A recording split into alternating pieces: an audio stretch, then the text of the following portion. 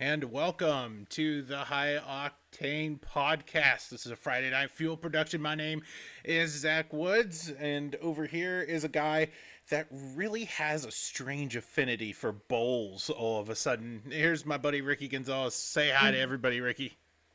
Hey everybody, how's it going? Welcome to episode 9. The playoff racing starts, and Zach, we're gonna recap what's going on here in Friday Night Full. Took a week off, and we had some stuff going on that we couldn't record last week, and um, grateful to come back this week to talk about two awesome races that happened over the season here in Friday Night Fuel. We've crowned a regular season champion, and yeah, I want to touch a little about the bowl part. Yeah, you can see Zach. Zach's repping the Penn State Nittany Lions. They have a playoff game coming up this Friday, and then following Friday, as you can see, the Texas Tech Red Raiders, they'll take on the Arkansas Razorbacks in the AutoZone Liberty Bowl. So me and Zach decided to rep our college teams here tonight.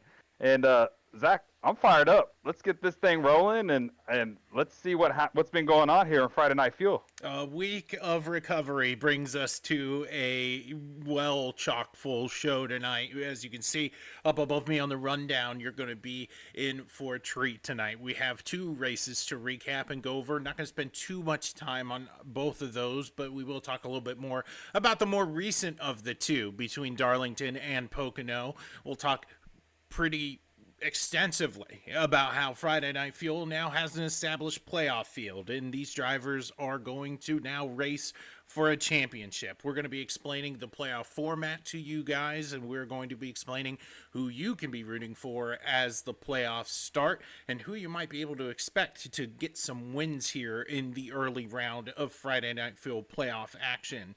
Then towards the halfway point of the show, we're going to take a pit stop and talk about iRacing just for a little bit. It's that wonderful time of year where everything just sort of resets and we figure out what is new for iRacing. We have a console game coming, so there's going to be more iRacing news on this platform in the future. But tonight we're going to more or less talk about the update and ask you out there that are iRacers what you might think about iRacing's most recent changes. And then we'll leave the pit lane and go talking about Chicagoland, the first race of this chase for a championship. Got a long road to tow, so let's get to it. We are going to talk briefly about a race that happened 2 weeks ago where throwback cars hit the racetrack. Last time you saw us, we talked about all the different paint schemes that wound up hitting the track, and it was Batman versus Joker out there in Darlington, just like everyone expected. And it was a great race at Darlington that featured quite a number of great battles throughout this race. It only had 3 cautions over the 244 laps, and we have a goodness gracious, I am already struggling and floundering. It's been a week. Give me a second.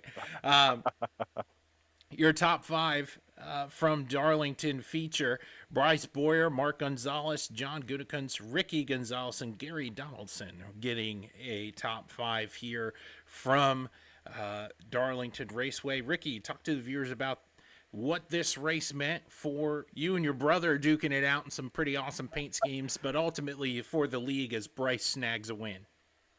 Yeah, me and Mark felt like we were the dominant cars all race long, and at the end there, me and Mark were kind of battling really, really hard, especially with the backstory that we had going on. And for the viewers that are just watching for the first time, Zach touched it. We did a big throwback paint scheme, and so our paint scheme was the Joker, and then Mark's was the Batman that they raced back in 1999 with Robert Yates Racing, and we were going toe to toe. We were racing each other super hard. Nobody wanted to back down. It was for a win. It was for another playoff, hopefully another playoff point. I got to circle back with John to see what we're doing as far as are we giving wins, bonus points, and all that stuff. But yeah, we were just battling neck and neck, and then we were side by side probably for 10 laps, and then I made a mistake and took us both out, and that's where Bryce came in and kind of stole the show. And he was at the right place at the right time, right? So we came down, tried to fix as much as we could. Luckily, we had a faster pair in the pocket, and we came down and used that, and we just rallied from there and got a fourth place finish out of the day. But I thought it was tremendous racing all night long from the competitors. Everybody was super clean. We didn't have a lot of cautions, and it was a fun race to be a part of. A long race, especially with it being a crown jewel for us. Darlington, I believe the next one is Kansas and that'll wrap up the crown jewel races. But it was fun to see everybody, the guys that took off really fast. You see them faded towards the end of the run, and the guys who faded a little bit and then just found their way to be back up front. But at the end of the day, Bryce did what he had to do. Right place, right time. Comes away with a win. That gives him win number 3 on the year, and he's riding a really good hot streak right now of just being there at the end and winning races and doing what he needs to do to solidify his number 1 seed going into the playoffs. Yes, and Bryce certainly wasn't done as he turned his attention to Pocono for the last week of the regular season. Bryce Boyer takes the victory at Pocono, and this race had a little bit of a different story with Bryce walking away here. We had one caution in this race, and that was the halfway point for this 96 lapper around Pocono, and the top 5 consists of Bryce Boyer once again getting back-to-back wins here. Ricky finishing second, Nathan Eastep third, Ryan Moutre fourth, and John T. Garrett rounding out the top 5 for the final race of the season that then set our playoff field. We'll get to that here in a little bit. But Ricky, talk to the viewers about what Pocono was like, because this was a hot, slick mess.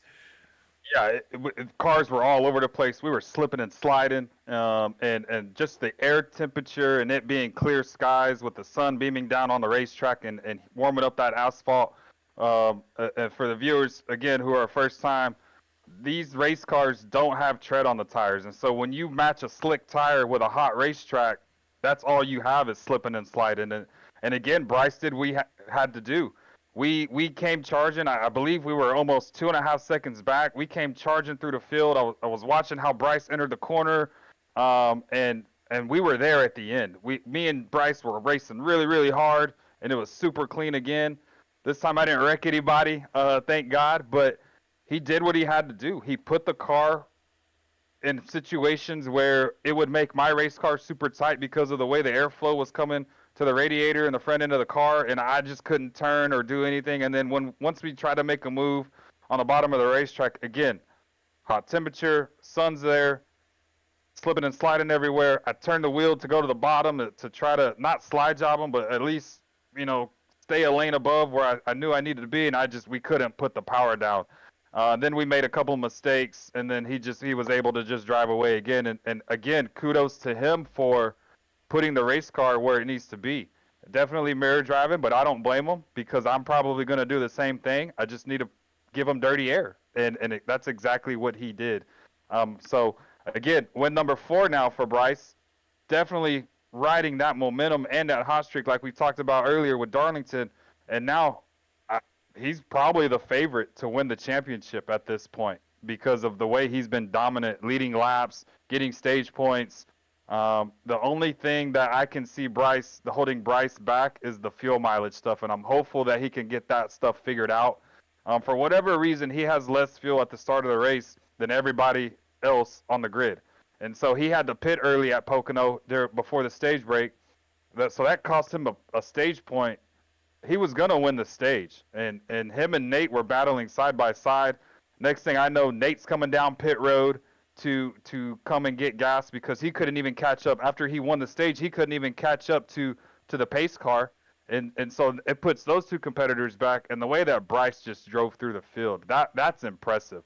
To have an EOL penalty, start in the rear of the field at the stage halfway break, and then drive all the way back to win the race, that should show you the talent that he has as an iRacer and what he can do inside of that race car. So again, kudos to Bryce.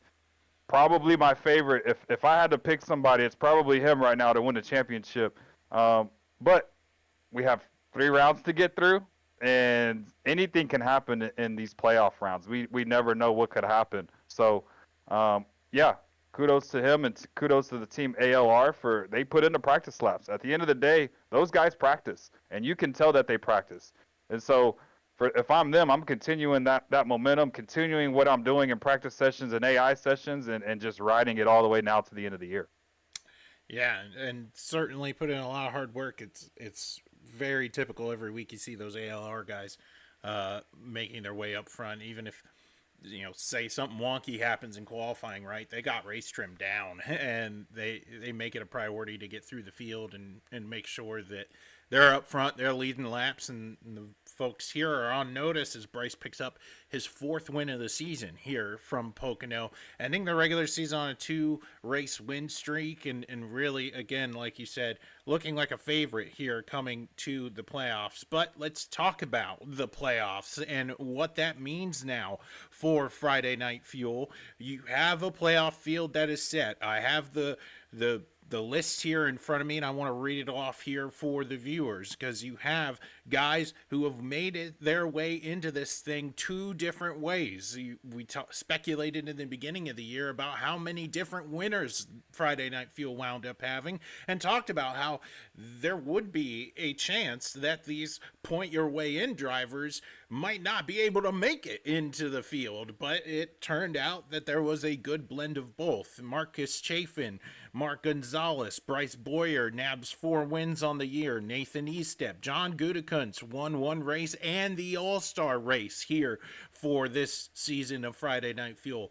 Ricky, of course, he gets 2 wins. He's in. And then John Garrett also wins. Those are your race winners for this season. They're automatically locked into the playoffs. While you had a battle here towards the end of the regular season of people who needed to point their way into this thing, and it came down to the wire. Wes Fuller, Ryan Moutre, Kirby Caputa, Gary Donaldson, who we'll talk about in a second as the Rookie of the Year winner, because now he's in the playoffs, and Brett Bullard sneaks in at 12. Let's pull up the points here and talk about coming out of Pocono, how this field is set.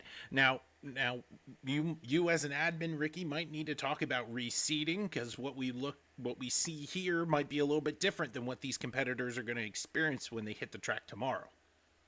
Right. So if once I get with John, hopefully it's later tonight. Once we wrap up this show, we're gonna try to solidify some of this stuff. We've already had a couple questions on like how is this gonna work, but yeah, if we do it off of wins, it should be Bryce, me, and then you trickle all down your 1 race winners, and how we see those is just based off of the regular season standing. So, like Marcus, or it'd be John Gutekunst, then not Bryce, Marcus, Nate, right? John T. Those are, and then Mark. Those should be all of your race winners. And then we get the guys that just pointed themselves in. Those guys are going to be at the bottom of that list. And so yeah, those are going to be your 12 drivers that run for a championship. And you want to start now. Tomorrow night you have to start on the right foot. You have to get your stage points, as we made a big emphasis on that in previous episodes. You have to get solid pit stops in. If we're at Chicagoland, this thing is going to get spread out. We know that, right? So you got to be able to come down pit road, not make mistakes. And we've seen the driver in the 55 the past 2 weeks, or I guess you could say two of the 3 races that we've had in the past. He's made those pit road mistakes. Nate had a chance to win the race at Nashville, but blew the pit road entry and almost spun himself out, right? And then after talking to him last week, he said he had another pit road almost incident. So if I'm the driver of the 55, right, this is a great reset. We get into the first race of the playoff.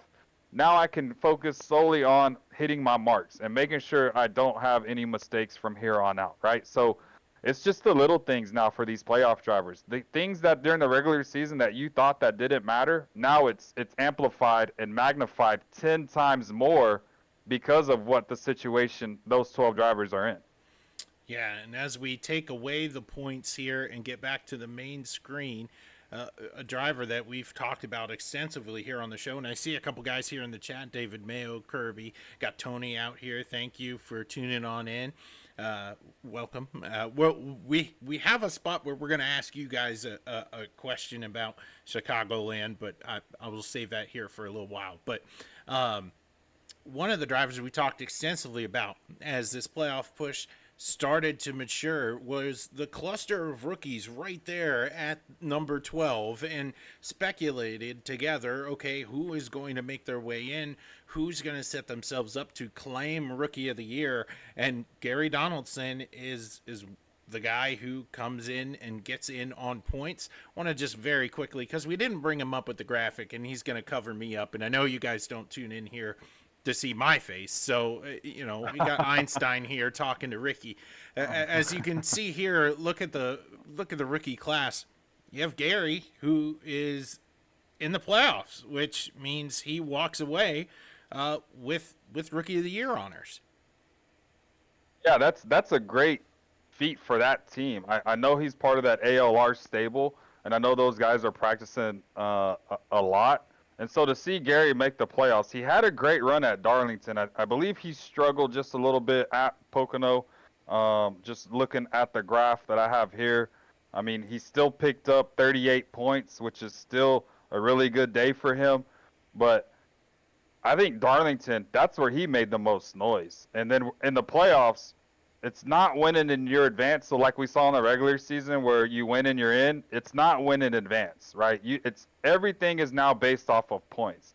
And if Gary can make it to round 2, he is a road course ringer. There is a certain racetrack that everyone probably has circled as a playoff driver, but Gary is probably the car to beat at that track, right? He knows what to do on road courses, and it's the Chicago street course. Zach, I don't even want to think about it. I don't even, road courses and me don't get along.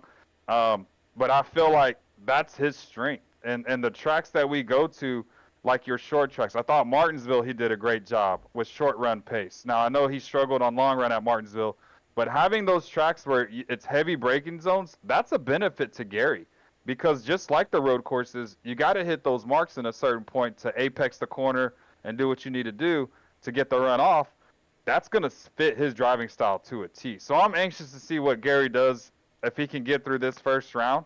And then that second round, I know that second race in the second round, that's probably the race he has circled of, all right, guys, I'm about to show you what I'm made of because I'm about to show you. I'm going to get it at this road course. And I'm going to show you how dominant I am on road courses. So very, very anxious and very excited to see what Gary can do in these next 9 races. Yeah, and for anybody who might be wondering, you might have seen it on the thumbnail for tonight's video. The rounds of the playoffs, as Ricky talked about, it's not like real life NASCAR, but it is a elimination format, right? So you have Chicagoland, Bristol, Dover. That's round 1, and then round 2 is very unique, right? You have Kansas, Chicago street course, and then the wild card of Talladega, where we talked about teamwork and making sure that the team as a whole operates well.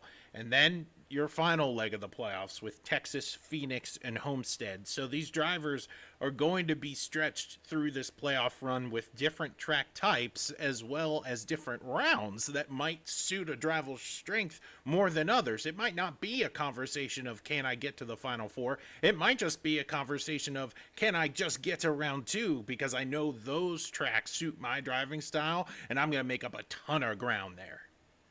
Right, and you got to tackle each track differently. Every track, like you said, Zach, and that's why I love our admin group. We try to diversify, mile and a half, short track, and then Dover, which you can name that anything if you wanted to. Then you go to round 2, right? You throw in the super speedway, you throw in the road course. Then we go to round 3. You got the mile and a half of Texas, the mile of Phoenix, and then Homestead. To be honest, I don't even know where we go because we take it 1 week at a time. But I am looking in the chat.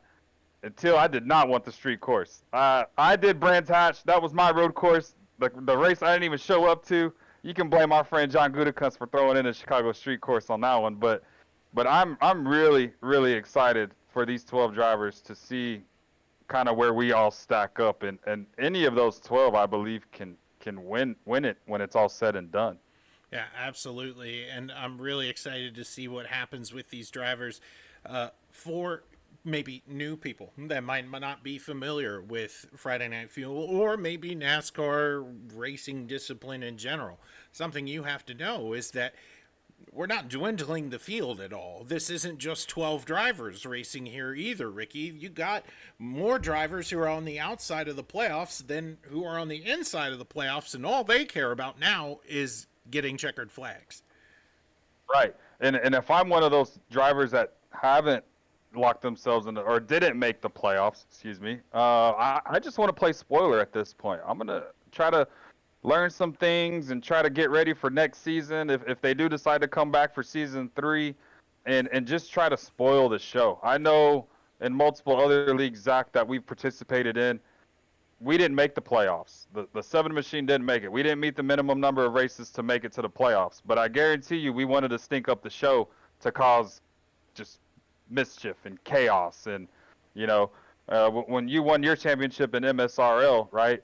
I was there right in the thick of it with you and Dylan as 2 playoff drivers racing for a championship. But I knew exactly what I had to do. I knew exactly we had to get that 60 machine in around the 38, and I knew that you had to win that championship no matter what. And that's just the mindset of having teammates in this league, right? So also I'm looking at it from a team aspect, right? Kirby Caputa, only JST driver to make it from that stable, right? So if Till and them can show up, do they help Kirby with, pushing him to a win, especially if he can make it to round 2 with Talladega? Does Till and the other teammate, my mind just went blank. He does the setups for us too, so I don't know how I lose his name. Do they push Kirby to a win at Talladega, right? We've seen it with us. Cody Mitchell had to win a race to lock himself into the next round. What did TTR do? We all got in a line, and we just pushed Cody to the win. Those are things that we all look at. It's Yep. still a team thing, and then you're looking at your other playoff drivers, non-playoff drivers that are trying to just spoil the show, such as a Spencer Till, right? We know how fast Till is. He's shown it week in and week out when he shows up. Till can come in and steal one of these things and just laugh at us and point at us and say, yeah, I want to stink this thing up as well. Yeah, and there's a fine line, right? As a non-playoff driver, to play nice around those who are battling it out for a championship, and then understanding you're there to win, right? And you have to make sure that as a playoff driver, right, you mitigate risk. Those folks who aren't racing for a championship, they don't have anything to lose. They want to go out there and get the checkered flag. Maybe it is a too big of a risk to go really hard to race. We just talked about, Ricky, about at Darlington, where you battle too hard for a win, you wind up wrecked. So these drivers are going to have to now navigate a field with 2 groups of people who have very different agendas than one another. Right, and at this point, you just pick and choose your battles. I believe.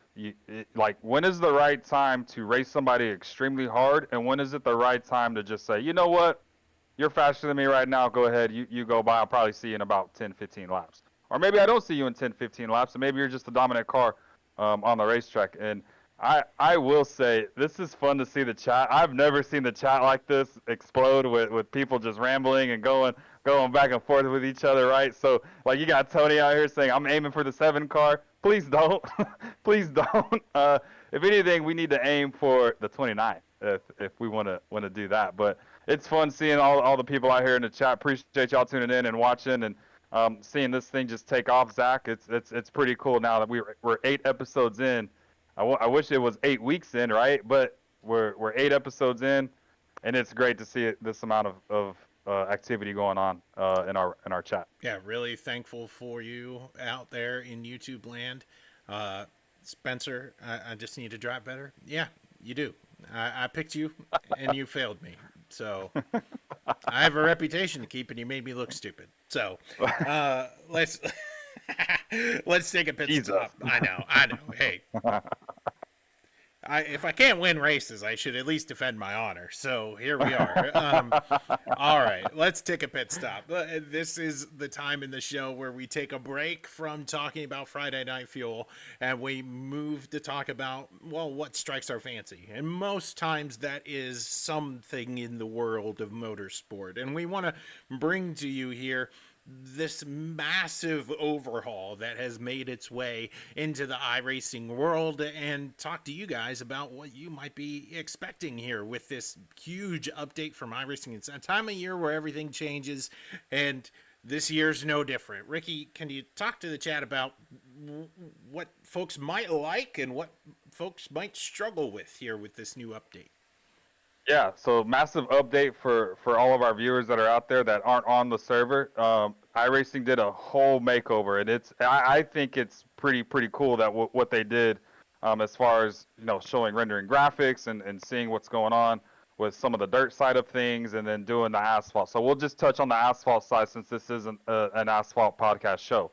Um, One of the things that iRacing did was now you can see more of the marbles. And Zach, I'll tell you this: you definitely can see it, and you definitely can feel it. And so if you were to run the car outside of the groove that we call, where all the rubber's being laid down from the tires being screeched because of you're turning your wheel, the marbles is all the stuff that's picked up outside of the tire. So the tire it wears out, and that stuff goes upside to the outside wall, and we call that the marbles.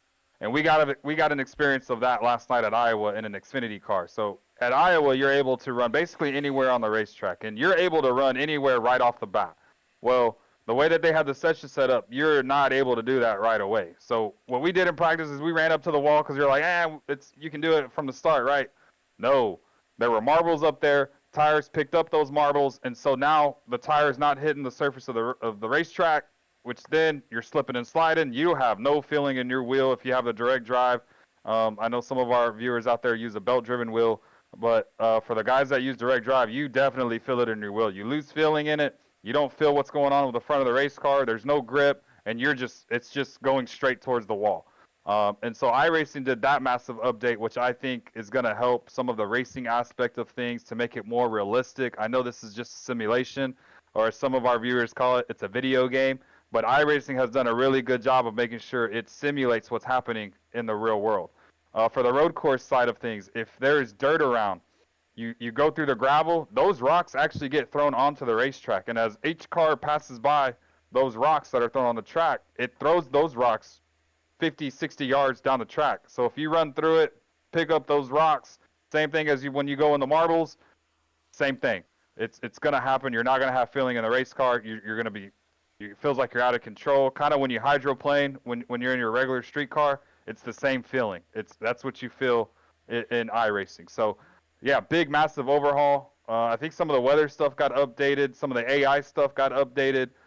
So it's cool to see iRacing do this massive update to try to stay on top of what's going on in real life. Yeah, and the chat just seems to be losing its marbles over this whole conversation. But yeah, it is a huge step forward in pursuing realism for the iRacing platform, and it does bode well for the competitiveness of this platform. Just simply because now, as a driver, you have a whole nother thing to look for, and whether it be on the asphalt or on the dirt side, this update will affect how you drive and how you manage a race. And you take a look here at the first round of playoff races for Friday Night Fuel. You have Chicagoland, Bristol, and Dover. You know, I think of Bristol, where you can get out of the groove, and you know, in the past you could just sort of rip the top. Well, now you got to work that in, and it's going to dramatically change how drivers practice and qualify and make sure that their car is ready for the race, as the track sort of now has to be worked in to get to a place where things are clean and you can go up there and you can be brave, because if you go up there too early, you might just wind up in the fence. Right, and especially at places that have concrete surfaces, right? You mentioned we're going to go to two places that are concrete. Yep. That'll be Bristol and Dover. It's going to take time to get that groove worked in, and then it's going to take time for it to widen out. And so as we run more and more laps, we'll see that groove widen out. And it's going to be fascinating to see how fast rubber's laid down on a concrete surface in iRacing with this massive update. Now, when we go to Chicagoland, that's an asphalt surface, so the groove should expand pretty fast, pretty quickly. And so we're going to see some exciting racing for sure in the next three races. All right. Well, that was a pretty nice pit stop. Got a lot covered there, and we're off and away, and now looking out the windshield for what is to come for Friday Night Fuel with their date at the Chicagoland Speedway. In 2001, Chicagoland opened up for NASCAR, ARCA, IndyCar, and IROC, as these folks opened up their doors for all disciplines of motorsport to come into Chicagoland and make sure that racing was held in the greater Chicago area. Tony Stewart leads all drivers with 3 wins at this 1.5-mile paved oval, and Kevin Harvick has 4 wins in the Xfinity Series, and then Kyle Busch has the crown right now with 5 wins in the Truck Series. And since its beginning, this track has hosted a lot of memorable races in the real life racing world as well as the sim racing world, with folks coming together for some action packed racing. This complex in and of itself is a massive one, $130 million structure that was able to be produced in the Joliet area. And quick fact for you: the complex itself sits on 930 acres of land, and that's able to accommodate 43 United Centers, which is the home of the Chicago Bulls. So, just to put into scale how massive this complex is, it also produces some fantastic racing. And of course, we think back to the first Tropicana 400 in 2001, where Kevin Harvick was able to take the victory here at this racetrack. It also bodes well for iRacers as well, as they are tested to the limits on an abrasive surface, as well as making sure that they manage their pace throughout a race, where on the server, at least, iRacing tends to spread out quite a bit at the Chicagoland Speedway. So, Ricky, what are your thoughts leading into this week at Chicagoland? Yeah, it's going to be hot. It's going to be another hot race for us on the schedule. I believe the temperature is supposed to be anywhere in the ambient temperature is supposed to be anywhere in the 90s. So that's probably going to be 120, 130 degree track surface. So the guys are going to have to manage their stuff, and they're going to have to be able to not want to push at the beginning of a run.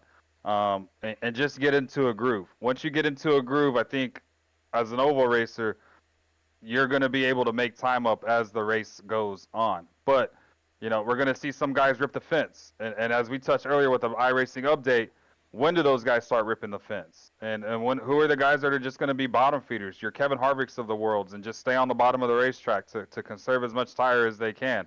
Who are the guys that are going to try to run extra long? Who are the guys that are possibly going to short pit, right? Those are some of the things that these drivers have to take advantage of. And if you short pit, you can't be what Bryce is doing, right? Short pit, can cost you a stage point, can cost you a stage win.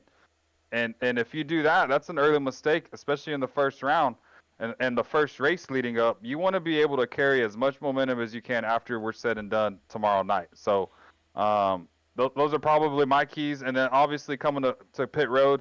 It's not difficult coming to pit road here at Chicagoland, but again, we've seen that a couple of drivers make mistakes coming to the entry of pit road. Are those guys going to now be really conservative coming to pit road? Are you going to lose just a little bit of time to give it up so that way you do hit your marks, right? Or are you still going to be aggressive coming in like John Force and try to get as much time as you can to make it back up after the cycle's completed? So, there's a couple of things that I'm watching tomorrow night, and just we'll have the standings up as we run tomorrow night, and kind of like pinpoint where these 12 drivers, 11 other drivers are going to be at, and you just got to beat them. At the end of the day, you just got to be in front of those guys that you're racing for. So as long as you're above the number 8 marker, I think you're going to be good as far as trying to make it to that next round. So that's the goal. Just stay above that round of 8, move on, and then once you move on, you can focus on now your round of 8. All right, now I got to focus on this round and just making sure these 8 drivers I'm in front of. So yeah, tomorrow night starts it all. I'm excited. I'm ready. I think everybody else is ready as well. I know our viewers are ready to go out there and show what they're made of, and it's going to be very, very exciting. I believe the wind's going to be strong as well, so we're not really sure the direction. I have to go back and look.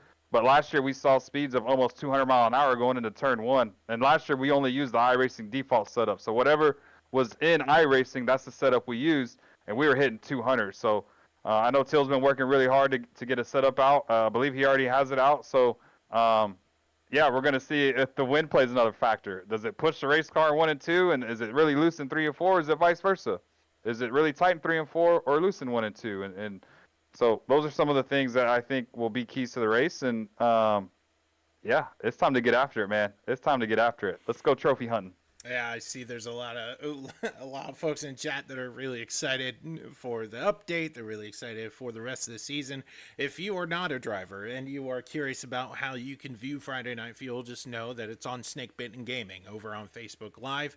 You can tune in tomorrow night and be able to catch what they have in store for Friday Night Fuel. It's a great broadcast, and we encourage everybody to go over there and take a look at what's going on over at Snake Bitten Gaming.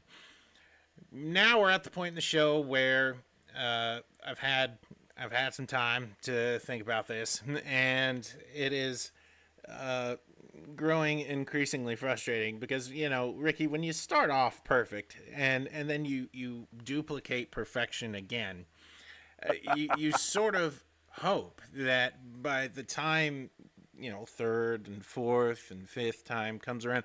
I mean, I take a half a point win for when one of the Gonzalez brothers won their race, because I did pick a Gonzalez, but I figured that I was in the right ballpark. So I'm still gaining points there, but you know, I want to talk to the folks out there in YouTube land right now, because we're at the point in the show where I do have to make a prediction for this week's race, and I just want you to know, because apparently coming out of the Darlington race, maybe you don't take these words as seriously as you ought to. When I predict that so and so is going to win the race, it at this point, it is a command. It is not a foregone conclusion that has yet to be seen by the ethos of the world. Like, I need you to race the greatest race you have ever raced, and so that we can come back here and have great content for the show. Like, it's all on you. It's not on me. It's just the burden that I'm burdened with to share with you, but ultimately you have to go out there and perform. So I just want the folks out there in YouTube land to know, like, when we get to this point and Zach does make his prediction and your name is called, or if somebody is viewing this later and your name is called, there is an expectation there. It's a command now. Like, you got to go and do it. And so with that said, I'm looking for a driver that's able to manage tires well, that's able to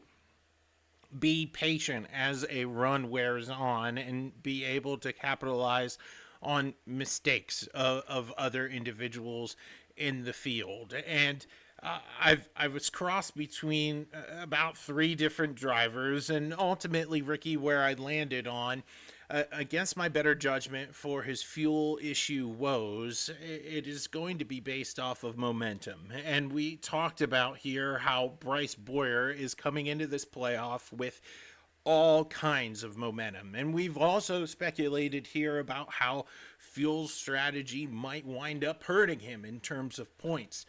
But the thing that caught my eye at Pocono was that he had to start from the back and run his way back up through the field. And at Chicagoland, you're going to need to be able to have a car that performs consistently throughout the run. I think Bryce overcomes some more fuel issue woes and is able to capture a win here at Chicagoland. We've talked about him tonight, and that's my stamp. Bryce Boyer gets the first win of Friday Night Fuel playoffs. I'm not gonna lie to you, Zach. I like the motivational speech that you did right before you picked Bryce to win the race. So if Bryce is watching and listening, you have an obligation now, buddy. Like, it came from the man himself, and he's probably gonna be messing with you over the radio tomorrow, because he's messed with me in voice chat plenty of times, because he said, "Hey, I picked you. You better go win." Yeah. And yeah, that's a solid pick. He definitely riding the momentum, as we talked about earlier in the show, and very, very solid. And I feel like he's a person that could easily be on the pole, easily be in the top 5 when it comes to the start of the race, right? And hopefully he can manage and overcome the fuel issues that he's been having over the past couple of weeks. And he did it once. He could show he can come from the back and drive his way to the front to win a race. That's a really, really good pick for your prediction tomorrow night. So Bryce, if you're watching, obligation to get that 29 machine back to victory lane and make it 3 in a row. Yeah, go get that dub, unless if I'm fighting for you there at the end, and then I will rather win than be right. So that'll be a conversation for another day. But you're all fueled up and ready to go. Thank you so much for tuning into the show. Thank you for the lively live chat. At some points, you were losing your marbles over how great this show was and everything we talked about during tonight. And I'm really excited to be back here with you. For my partner, Ricky, my name is Zach, and we hope you enjoy Friday Night Fuel tomorrow. And until we meet again, thank you for tuning in. Like, comment, and subscribe. Everybody do me a favor. I pulled the outro, Ricky. Oh, I pulled the outro. We punked everybody. Oh no. Oh, this better be good. This better. Folks, I pulled the outro out, and Ricky's like, before we go. Before we go. Everybody that's in our chat right now, you got to do me a huge favor. You do me a huge favor. Go like this man's other YouTube channel. That's Zach Talk Hawks. Go like it. Subscribe to it. He's doing a daily show talking about Seattle Seahawks football. Let's show the support from our Friday Night Fuel Series competitors, our admins. Let's go like for him and show him the support that we've shown this podcast as well. Zach didn't know I was going to do this. He pulled the outro. And so, yeah, I just wanted to put that out there and make sure you guys like, subscribe. Zach Talks Hawks. Make sure you go like that for us. Surprise. Yeah. All right. Well, you're all filled up and ready to go. Good to chat with y'all. Talk to you again next week. Take care. This is High Octane Podcast. We'll be talking to you again real soon.